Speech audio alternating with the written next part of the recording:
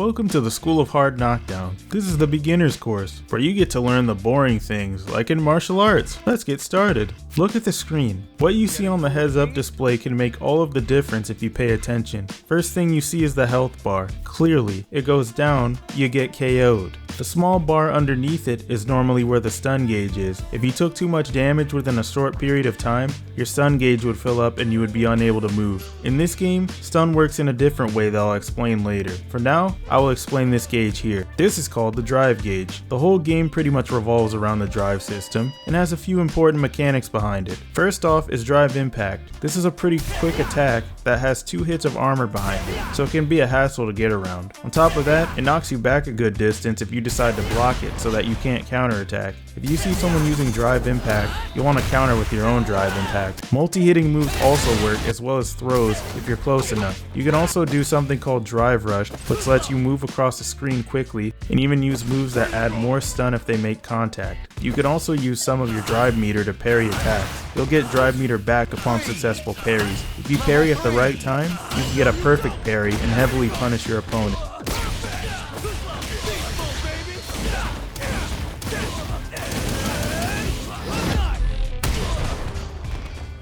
If you're blocking an attack from your opponent, you can use drive reversal to get the opponent off of you. Lastly, you can strengthen your special moves by using drive meter. Don't be too reckless with your drive meter though, or else you'll find yourself in burnout. When you're in burnout, you'll be stunned for longer when you block moves as well as take chip damage. The worst part is that if you block a drive impact while you're in the corner, you'll get stunned. You need to go back on the offensive to get out of burnout as fast as possible. You can recover drive gauge and recover from burnout faster by making contact with your opponent using your moves while reducing your opponent's drive gauge if they block or get hit. More offensive actions recover drive gauge faster, while more passive actions slow it down or even reduce the gauge. Next, let's look at the clock. Once it runs out, the person with more HP wins. So when the timer's ticking, you gotta make sure you make a comeback. Next thing we'll talk about is the super meter at the bottom. It will go up when you perform moves, as well as give and take damage. When the meter is full, you can use your character's super move to deal massive damage and reduce your opponent's drive gauge.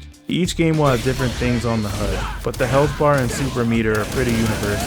Figure out how each game's unique mechanics work and use the info on the screen to your advantage. It may save you in a pinch. I know some of you are more hands-on when it comes to learning, so I'm not going to just sit here and talk at you. I'm going to be giving you some homework so you can apply what you just learned. Your first assignment is to take a good look at the HUD for 30 seconds. Bonus points if you try to fight a CPU or online while you're looking at it. The purpose of these goals is to help you understand that improvement is your goal, and winning will be a byproduct of improving, so work on improving your